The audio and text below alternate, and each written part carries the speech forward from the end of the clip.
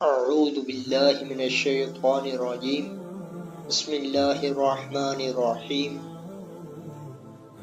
مخرمہ نے اپنے والد بکیر سے اور انہوں نے بصر بن سعید سے روایت کی کہ حضرت زینب ثقفیہ رضی اللہ تعالیٰ عنہ رسول اللہ صلی اللہ علیہ وسلم سے یہ حدیث بیان کیا کرتی تھی۔ آپ نے فرمایا،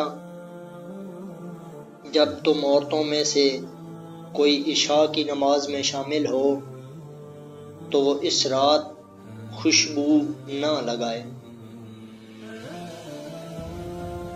مخرمہ کے بجائے محمد بن عجلان نے بکیر سے بن عبداللہ بن اشج سے، انہوں نے بصر بن سعید سے، انہوں نے حضرت عبداللہ بن مسعود رضی اللہ تعالیٰ عنہ کی بیوی زینب رضی اللہ تعالیٰ عنہ سے روایت کی کہ رسول اللہ صلی اللہ علیہ وسلم نے ہمیں حکم دیا تھا، جب تم میں سے کوئی مسجد میں جائے تو وہ خوشبو کو ہاتھ نہ لگائے۔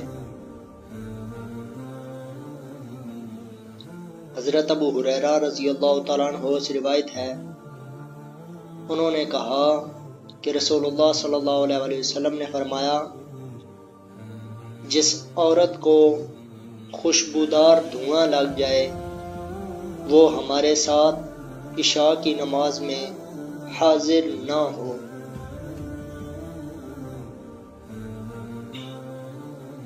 سلمان بن بلال نے یحییٰ بن سعید سے اور انہوں نے عمرہ بنت عبد الرحمن سے روایت کی کہ انہوں نے نبی کریم صلی اللہ علیہ وسلم کی زوجہ حضرت عائشہ رضی اللہ تعالیٰ عنہا سے سنا، وہ فرماتی تھی کہ عورتوں نے بناؤ سنگار کے جو نئے انداز نکال لیے ہیں، اگر رسول اللہ صلی اللہ علیہ وسلم دیکھ لیتے تو انہیں مسجد میں آنے سے روک دیتے، جس طرح بنی اسرائیل کی عورتوں کو روک دیا گیا تھا۔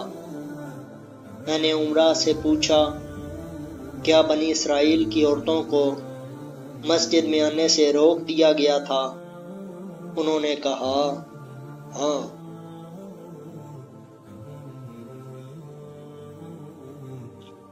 سلمان بن بلال کے بجائے عبد الوہاب ثقفی، سفیان بن عینیہ، ابو خالد احمر اور عیسیٰ بن یونس سبھی نے یحییٰ بن سعید سے باقی ماندہ اسی سند کے ساتھ اسی کے مانند حدیث روایت کی ہے۔